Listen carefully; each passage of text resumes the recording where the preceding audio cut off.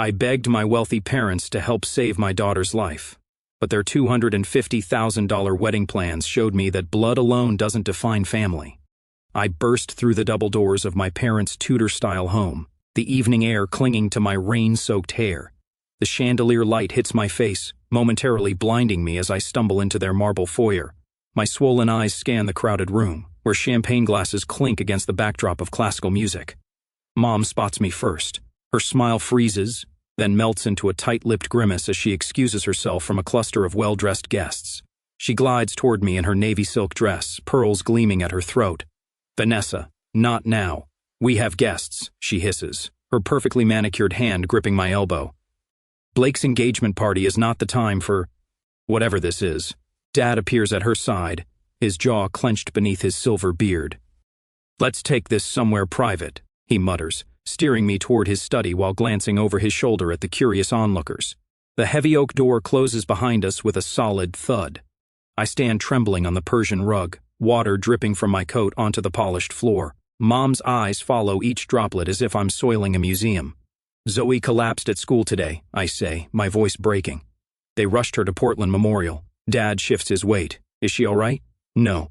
The word hangs between us. "She has a congenital heart defect," the doctor said. "Without surgery in the next 40 to 8 hours, she could—" My throat closes around the unthinkable. Mom's hand flutters to her chest. "Oh dear. Well, surely your insurance—" "I don't have insurance right now," I whisper. "The business has been struggling. I was going to enroll next month when the new client payment came through." Dad's face hardens. "How much?" $75,000. I force the words out. "I've tried everything. The hospital payment plan only covers a fraction.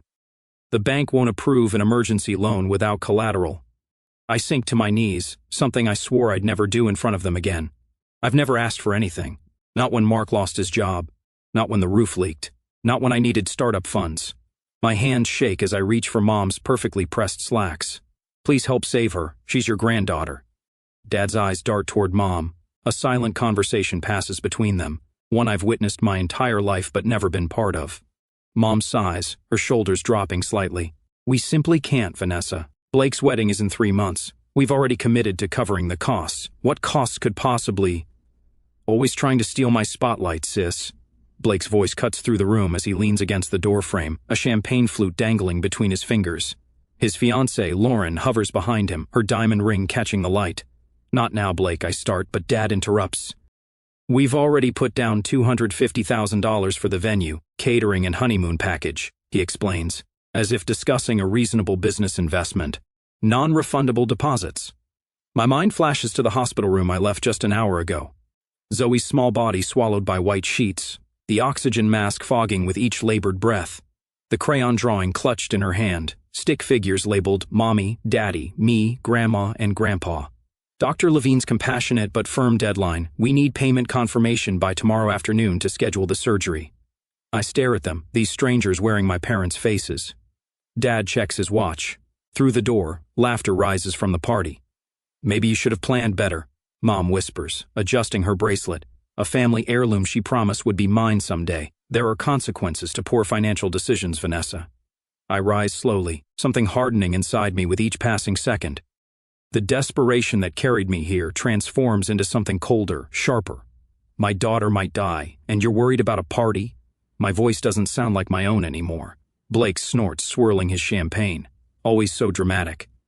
"Get better insurance next time. Some of us have actual plans for our future." My hands tremble as I reach for Mom's wrist. I unfasten the sapphire bracelet, the one Grandma gave her, the one she dangled as a reward for my good behavior throughout childhood. "Take this back," I say, placing it in her palm and closing her fingers around it. "I'll find another way." Dad clears his throat. "Vanessa, be reasonable. I've never seen more clearly in my life." Walking through the crowd of whispering guests, I feel their eyes on my back. Someone murmurs, "Poor Gerald and Monica. That must be the troubled daughter." Another replies, "Such a shame, bringing drama to Blake's special night." The night air hits my face as I step outside, but I don't feel the cold anymore. My phone buzzes with a text from Mark. "Any luck?" I look back at the glowing windows of my parents' mansion. 6-year-old Zoe's voice echoes in my mind. "Grandma and Grandpa have the biggest house ever. Do they love us big too?" I type my response, "No, but we'll save her anyway, and I will never knock on that door again." Beamed. I pace our kitchen at midnight, the landline receiver pressed against my ear, my voice hoarse from hours of pleading. The digital clock's red numbers mock me, 46 hours until Dr. Levine's deadline. Please, I whisper to the loan officer. My daughter's life depends on this surgery. I'm sorry, Mrs. Winters. Without collateral or a better credit score. The line clicks dead. Another rejection. I slump against the refrigerator, where Zoe's crayon drawings hang by alphabet magnets. Her latest creation shows stick figures holding hands beneath a yellow sun. In the corner, she'd drawn a red heart with wobbly letters, I love Mommy. Mark enters the kitchen, his eyes hollow with exhaustion. He places a crumpled check on the table. $8,000, he says quietly. Johnson finally bought the Mustang. I stare at the check. Mark had restored that '67 Mustang over 3 summers, working weekends while I built my business. His father's birthday gift when he turned 16, Mark. You love that car. He takes my hand, his callous thumb tracing circles on my palm. I love Zoe more. I add the check to our pile. Our life savings, Mark's 401k early withdrawal, the Mustang money. Still $23,000 short. I drop my head to the table. It's not enough. Mark's arms encircle my shoulders. We'll find a way. The doorbell rings at 6:13 in the morning. I stumble to answer it, still wearing yesterday's clothes. The mortgage rejection letter sticks to my cheek, pulled free by static as I open the door. Tom and Denise Winters stand on our porch. Mark's parents. Tom's weathered face is grim beneath his faded Carhartt cap. Denise clutches a worn leather purse against her floral blouse. Tom. Denise, my voice cracks. It's early. Tom clears his throat. Can we come in? In our living room, they perch awkwardly on the edge of the sofa. Tom's rough hands fidget with his cap. Denise's eyes drift to the photo of Zoe on the mantel. Gap, toothed smile, strawberry blonde pigtails. Mark appears from the bedroom, surprise flickering across his face. Mom? Dad? What are you doing here? We heard what happened, Tom says, his gruff voice softening. Called your cell 3 times. Battery died, Mark mumbles, running a hand through his disheveled hair. Denise reaches for her purse. How is our grandbaby? Stable, I answer, the medical terminology bitter on my tongue. For now. Tom shifts, boots scuffing our worn carpet. We got the cabin in Montana. I blink, confused. The cabin. Their retirement dream. A 1-room structure on 5 acres of pine forest that Tom built with his own hands 20 years ago. What about it? Mark asks. Tom exchanges a look with Denise. Sold it. Got a decent price. You what? Mark's voice rises. Dad, that cabin was your everything. No. Tom's eyes, the same deep brown as Mark's, hold steady. Family is everything. Denise opens her purse, removes an envelope and places it on our coffee table. $38,000. The room blurs as tears fill my eyes. I stare at the envelope, unable to move. Mark kneels beside his mother. We can't take this. You can and you will, Denise says firmly. This is what family does. On the hospital waiting room smells of antiseptic and burnt coffee. I clutch Zoe's stuffed rabbit, its fur worn thin from years of nighttime cuddles. The surgery began 3 hours ago. Mark's hands tremble as he signs the last of the financial forms. The hospital administrator nods, satisfied with our cobbled-together payment. $37,000 from us, $38,000 from Tom and Denise. Less than 48 hours after my parents refused, Tom and Denise sit across from us, a thermos of homemade soup between them. They've barely spoken since arriving, just settled in for the long wait with quiet determination. Hour 10 passes, then 12, 14. When Dr. Levine finally emerges, surgical cap still on, my heart stops. His tired eyes crinkle. She's going to make it. My phone buzzes a week later. A text from Blake. Mom wants to know if Zoe survived. Also, you're causing drama at my engagement dinner. I stare at the screen. Another text arrives. Dad told the Hamiltons you were too irresponsible to afford proper insurance. My voicemail icon flashes. Gerald's voice fills my ear. Your actions reflect poorly on this family's reputation. I delete it without listening to the rest. The mail arrives that afternoon, a cream envelope with golden embossing. Blake and Lauren's wedding invitation, addressed only to Vanessa. No mention of Zoe, no mention of Mark. In Zoe's hospital room, Tom sits beside her bed, teaching her to cast an imaginary fishing line. Her IV-bruised arm follows his movements. When you're better, he promises, we'll take you to real water. Zoe giggles. Can I catch a shark? Start with trout, Tom winks. Work your way up. Denise bustles in with another container of homemade stew. She's brought a different meal every day, filling our refrigerator with labeled containers of comfort food. Mark enters behind her, arms full of Zoe's favorite books. He's been handling childcare, household duties, and supporting my clients while I keep hospital vigil. I watch them, this circle of love around my daughter. No designer clothes or country club memberships, just steadfast presence when it matters most. The truth settles in my chest. Blood doesn't make family, love does. Between Zoe's treatments, I sketch new designs at her bedside. My employees drop by with meals and updates on projects they've covered in my absence. Clients send flowers. Neighbors organize meal trains. Mark's coworkers donate vacation days so he can stay home longer. This small community wraps around us like a protective shield. I record each kindness in Zoe's journal, proof that goodness exists beyond the walls of my parents' mansion. As Zoe sleeps, I make a promise to myself. I will never be vulnerable like this again. Not financially, not emotionally. And when I rise from these ashes, I'll remember who was there to fan the flames of hope, and who left us to burn. The desk lamp casts a halo around my sketches as midnight creeps toward one. My eyes burn. 3 cups of cold coffee form a half moon around my workspace, casualties of concentration. Through the doorway, Zoe sleeps on the pull-out couch, her small chest rising and falling beneath her favorite Wonder Woman pajamas, a gift from Tom after her surgery 4 months ago. I stretch my cramping fingers and glance at the wall calendar, red X's marching across the days. Mortgage payment 2 weeks overdue. Electric bill, final notice. Design supplies, charged to the credit card, already maxed from hospital bills.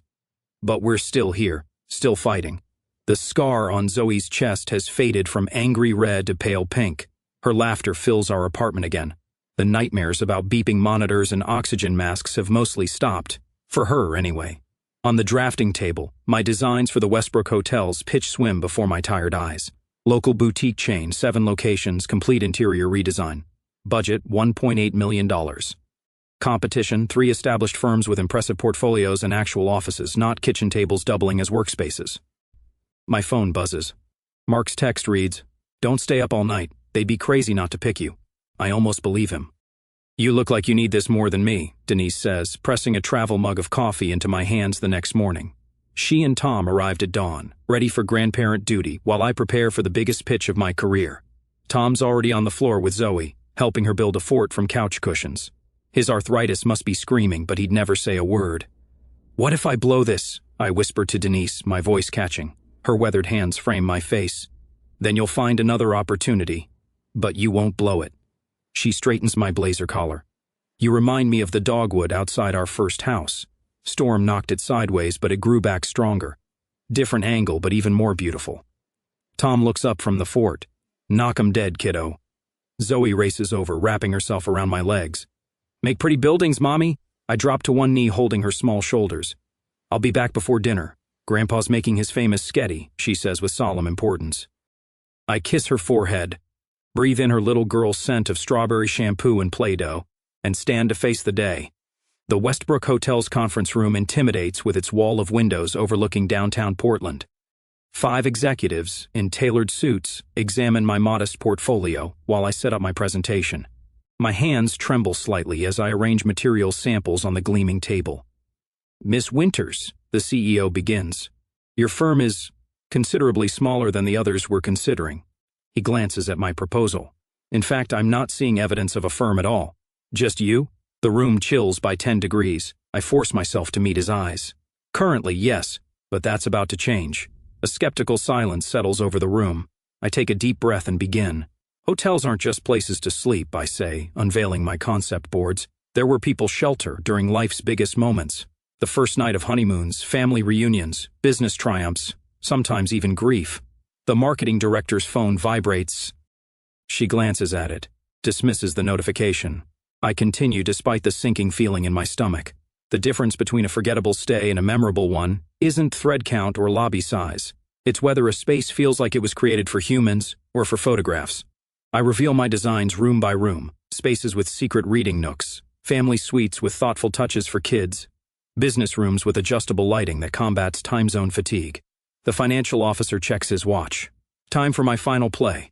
I pull out photos of Tom and Denise's cabin, before and after my redesign. Last year, my in-laws sold their cabin to help pay for my daughter's heart surgery after my parents refused to help. When my daughter recovered, I redesigned their new place as thanks. The room stills.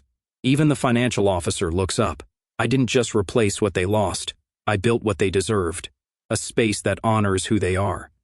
I gesture to the details. The custom fishing rod storage. The kitchen island sized for Denise's pie making. The window seat perfectly angled for Tom's bird watching. That's what I do. I create spaces that remember the humans who inhabit them. The CEO leans forward. Why do you deserve this contract, Miss Winters? The question hangs in the air. I think of Zoe in her hospital bed, of Tom with cushioned forts, of Mark selling his vintage Mustang without hesitation. Because I've learned what matters, I answer simply, and it's not what most people think.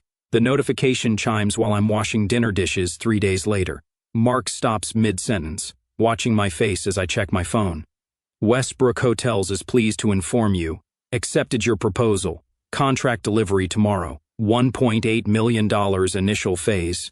The phone slips from my fingers. Mark catches it, reads the screen, and lets out a whoop that brings Zoe running from her bedroom. He lifts me off my feet, spinning me in circles, while I sob and laugh simultaneously. Zoe dances around us, caught in our jubilation without understanding its source. We did it, I breathe into Mark's shoulder. We actually did it.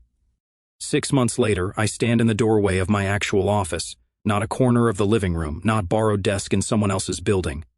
Winter's Design Studio, etched in frosted glass on the door. Behind me, 3 designers work at their stations. The Seattle expansion opens next month. 4 more hires are pending. My phone buzzes with a text from Blake. Heard about your success. Mom and Dad talking about reaching out. Thought you should know. I delete it without responding. A package sits on my desk. Inside is a framed photo of Denise, Mark, Zoe, and me on the porch of their new cabin, twice the size of the one they sacrificed. My first major purchase after the Westbrook contract. Another text arrives. Dad asking about family investment opportunity. For your information. I smile, thinking of the magazine interview I gave yesterday. The journalist seemed particularly interested in how I built my business without family support. The phone rings, my assistant letting me know the Seattle contractor is on line 1. Take a message, I tell her. I'm heading home early for my daughter's birthday party. I gather my things, looking once more at the photo on my desk. Tom and Denise will be waiting at our house, helping Mark with decorations. Zoe's school friends will arrive at 4. Her real grandparents, as she calls them, have planned a treasure hunt in the backyard. Later, when cake has been eaten and presents opened, Mark finds me on the porch steps. Everything okay? He asks, settling beside me. I look at our home filled with laughter and light, at the people who showed up when it mattered most. We built this together, I tell him, taking his hand. All of us. My phone buzzes against the marble countertop of my kitchen. A notification from LinkedIn. I swipe it open, then freeze. There it is, my face staring back at me from the digital cover of Entrepreneur magazine. The headline reads, Rising from the Ashes, How Tragedy Sparked a Design Revolution. The knot in my stomach tightens, then releases. 3 years of work, blood, and tears captured in a single glossy image. Mark comes up behind me, his hands warm on my shoulders. It's real, he whispers. It's real, I echo, my voice catching. I scroll down to the pull quote they've highlighted in bold. My own parents let my daughter suffer for a party. That's when I realized blood doesn't define family. The truth sits there, undisguised and raw. The words I spoke during the interview without flinching. No pseudonyms, no vague references. Just the unvarnished reality of that rainy night when my parents chose Blake's wedding over Zoe's life. Any regrets? Mark asks, his thumb tracing circles on my shoulder blade. Not one. By afternoon, my phone won't stop ringing. The article has been shared over 20,000 times. Business influencers I've admired for years are praising my integrity in the face of impossible choices. 3 podcast invitations arrive before lunch. Mom, why is your picture everywhere? Zoe asks, her small finger pointing at my laptop screen where another share notification pops up. I lift her onto my lap, her healthy heart beating against mine. Remember how I told you that sometimes stories help other people feel brave? She nods, solemn. At 9, she understands more than I sometimes wish she did. Well, I told our story. The first hint of fallout comes from an unexpected source, Elaine Withers, who sits on the same charity board as Monica. She calls me directly. I don't know if I should tell you this, she starts, voice lowered as if someone might overhear. The Palmers didn't come to the spring fundraiser. Gerald claimed they had another engagement, but Elizabeth saw them pull up to the country club, then turn around and leave when they spotted the Hendersons. I say nothing, letting her continue. Rumor has it their furniture store has lost 3 corporate accounts in the last month. People talk, Vanessa. And after that article, I thank her for the call, keeping my voice neutral. But after hanging up, I don't feel the rush of satisfaction I'd imagined. Just a hollow sort of completion, like turning the final page of a book you've waited years to finish. A text from Lauren, Blake's wife of 2 years, arrives next. Just read your story. Blake never told me. Is it really true? 2 days later, while reviewing blueprints for our Denver expansion, my assistant interrupts with news from Mark's cousin, who works at Blake's firm. He didn't get the promotion, she says, eyes wide. Apparently, his boss read the article and questioned his character and judgment. Blake threw a fit, accused you of sabotaging him. I look around my growing office, the team of 16 designers working at their stations, the wall of awards for our healthcare facility designs, the framed mission statement about creating spaces that heal. None of this was built on vengeance. All of it was constructed on the foundation that crisis revealed. By summer, our company opens offices in Denver and San Diego. The feature on Good Morning America focuses not on family drama but on our commitment to hiring single parents and providing full health care from day one of employment. Your health insurance policy costs more than industry standard, the interviewer points out. Doesn't that cut into your profits? I think of Zoe's scar, a thin white line down her chest. Some costs are investments, not expenses. The Heart Foundation's first fundraiser raises enough for 12 children's surgeries. Tom gives a tearful speech about second chances, his weathered hands gripping the podium. Denise snaps photos of everything, her pride radiating brighter than the ballroom chandeliers. Our new home sits on 3 acres just outside the city, 6 bedrooms, a studio for my design work, and an east wing built specifically for Tom and Denise. The moving trucks have barely left when Zoe races through the house, discovering each new room with gasps and giggles.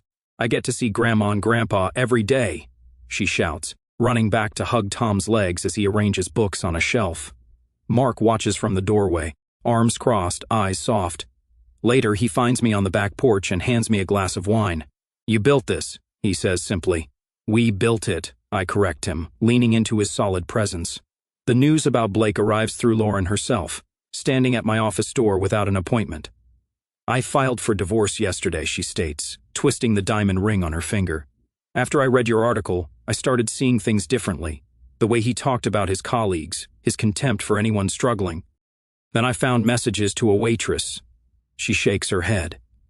Your story gave me courage. A month later, a business newsletter reports that Palmer Furnishings has filed for bankruptcy protection. The next day, a realtor friend sends a photo of my parents' mansion with its marble foyer and crystal chandelier. The asking price is nowhere near its value. Foreclosure, the subject line reads. I delete the email without opening it. The voicemails start in October. First from Monica, her voice tight and controlled despite the circumstances. Then from Gerald, less composed with each message. I listen to each one once, then erase them, watching the notifications disappear one by one. Until the last one, left at 11:47 at night on a Tuesday. Vanessa, please, Gerald's voice cracks. We have nowhere else to turn. I play it twice. The man who checked his watch while I begged for my daughter's life, now begging for my attention. I set the phone down and walk to the window, watching the autumn leaves spiral to the ground. My finger hovers over the callback button. Unreckoning sunlight slices through the floor-to-ceiling windows of my office, casting long shadows across Italian marble. I adjust the black leather suitcase on my desk, centering it perfectly between the crystal paperweight and my Mont Blanc pen. The weight of what's inside doesn't match its sleek exterior. Miss Winters, my assistant's voice breaks through the intercom. Your parents have arrived. Send them in. My voice sounds steadier than I feel. The double doors open, and I barely recognize the 2 people who enter. Dad's silver hair has thinned, his shoulders stooped beneath his discount department store blazer. Mom clutches her knockoff handbag, her once perfect makeup applied with a shaky hand. Their eyes dart around my office, taking in the minimalist furniture, the views of downtown Portland, the evidence of everything they're not anymore. Thank you for seeing us, Vanessa. Dad attempts his boardroom voice, but it cracks around the edges. You've done quite well for yourself. Mom nods too quickly. The magazine feature was lovely. I gesture to the chairs across from my desk. They sit in unison, the choreography of the desperate. Dad clears his throat, leaning forward with hands clasped, the same posture he used when negotiating with suppliers. Family should stick together during difficult times. We're in trouble, sweetheart. Mom's voice wavers. The bank is foreclosing on the house. We owe almost $300,000. The economy hasn't been kind to traditional furniture stores. Dad's eyes fix on a point just past my shoulder. Online retailers have changed everything. Your success is remarkable, Mom adds, forcing brightness into her tone. We always knew you had potential. The rehearsed compliment hangs between us. If you had just explained how serious Zoe's condition was, Dad says, his voice dropping to a conspiratorial whisper, we might have understood better. It happened so fast, and with Blake's engagement that night. My gaze shifts to the framed photographs on my desk. Zoe in her hospital bed, small fingers clutching the stuffed rabbit Tom gave her, the heart monitor tracker still visible on her tiny wrist. Another frame holds Tom and Denise at Zoe's kindergarten graduation, their weathered faces beaming. Beyond them stand 3 crystal awards from the Children's Heart Foundation I established last year. 3 years, 2 months, and 14 days, I say. They exchange glances. That's how long it's been since the night of Blake's engagement party. Dad shifts in his seat. Vanessa, it was raining. I came to you soaking wet. My shoes squeaked on your marble floor. My voice remains calm, factual. Mom, you said, we simply can't, Vanessa. Blake's wedding is in 3 months. Her face pales. I don't think those were my exact. Dad, you explained that you'd already spent $250,000 on Blake's wedding. Non-refundable deposits. His jaw tightens. Now that's not... I reach for my phone, tapping the screen before setting it on the desk. Gerald's voice fills the room. Vanessa, your irresponsible financial decisions aren't our problem. Blake manages his money properly. Perhaps you should take notes instead of asking for handouts. It reflects poorly on this family's reputation. The recording ends. Silence stretches between us. Did you ever once visit Zoe in the hospital? I ask. Mom's eyes drop to her lap. Dad's throat works soundlessly. Mark's parents sold their cabin, their retirement dream, to help save their granddaughter. Tom sat in that waiting room for 14 hours straight. Denise learned to change Zoe's bandages and monitor her medication. They showed up. I stand, my palms flat against the cool surface of my desk. Do you know what Zoe asked me after she recovered? Why don't Grandma and Grandpa love me like Grandma Denise and Grandpa Tom? Mom's mascara smears as tears track down her cheeks. With steady hands, I slide the suitcase across the desk toward them. Take it, I say, and leave. From this moment on, I'm no longer your daughter. Dad's fingers tremble as he unlatches the case. Inside, neatly stacked bills fill every corner. $300,000, I tell them. Exactly what you need, not a penny more. Vanessa. Mom starts. This isn't forgiveness, I cut her off. It's freedom. Mine. They stand slowly, Dad clutching the suitcase like a life preserver. Their reflections distort in the polished marble as they walk to the door, shoulders bent with the weight of their shame. When the doors close behind them, I remain standing until the sun dips below the skyline, painting my office in amber and shadow. My fingers brush across Zoe's photo, then Tom and Denise's. For years, I carried the weight of their rejection like stones in my pockets, dragging me under. Not anymore. It's finally over, I whisper to the empty room. And for the first time since that rainy night, I feel the truth of those words in my bones. Not a weight lifts, a chain breaks. Inheritance. I watch Tom flip burgers on the grill, his weathered hands guiding Zoe's smaller ones on the spatula. She squeals with delight as flames leap up when the patty turns. That's it, kiddo. You've got the touch, he says, ruffling her hair. The late afternoon sun spills across our backyard, casting long shadows over the picnic table where Denise and Mark arrange plates, napkins, and condiments with easy familiarity. Their laughter carries across the lawn, a soundtrack I once thought belonged only in movies about other people's lives. Mom, Grandpa says I'm the best burger flipper in 3 states. Zoe calls out, her voice strong and clear, no trace of the fragile whisper that haunted hospital corridors 2 years ago. Only 3? I call back, reaching for the lemonade pitcher. I'd say at least 5. Mark catches my eye across the yard and winks. The smile lines around his eyes deepen, telling a story of weathered storms and unexpected sunshine. The garden gate swings open as the neighbors arrive with a homemade apple pie. Our small gathering swells with voices and movement, chosen family expanding in concentric circles of warmth. Later, while Tom serves ice cream, Zoe tugs at my sleeve. She thrusts a paper into my hands, crayon colors bright against the white background. I made us, she announces. 5 figures stand hand in hand beneath a yellow sun. Mark, me, Zoe in the middle. Tom and Denise flanking us. Each face bears a wide rainbow smile. It's beautiful, sweetheart. My finger traces the drawing. Zoe's brow furrows. Lily at school has 2 grandmas and 2 grandpas. How come I only have 1 set? The question catches in my throat. I kneel to meet her eyes, those eyes so like mine. Family isn't always about who shares your blood, I say, choosing words with the care of someone who knows their weight. Sometimes it's about who chooses to love you, no matter what. Her 7-year-old wisdom considers this, like how Grandpa Tom taught me to fish in my hospital bed. Exactly like that. She nods, satisfied, and runs off to help Denise serve pie. Mark hands me an envelope that arrived in today's mail. Lauren's return address surprises me. Inside, a card thanks me for the foundation grant funding her new therapy practice. She mentions Blake, struggling, but finally facing his mistakes. My parents live in a small apartment now, their mansion long gone. The mention stirs nothing in me, neither satisfaction nor sorrow. I watch my company's summer picnic set up in the park across the street. 50 employees and their families gathering, under banners announcing full healthcare coverage for all. 3 scholarship recipients from our design program help arrange tables. Their backgrounds mirror my own struggle, but their futures hold more promise. From the porch steps, I observe Zoe at the piano Tom bought her last Christmas. Her fingers, once tethered to IV lines, now dance across keys. The heart monitor that once tracked her survival sits in a memory box upstairs, a reminder of what almost was and what is. My gratitude journal lies open beside me. Today's entry simply reads, I have everything that matters.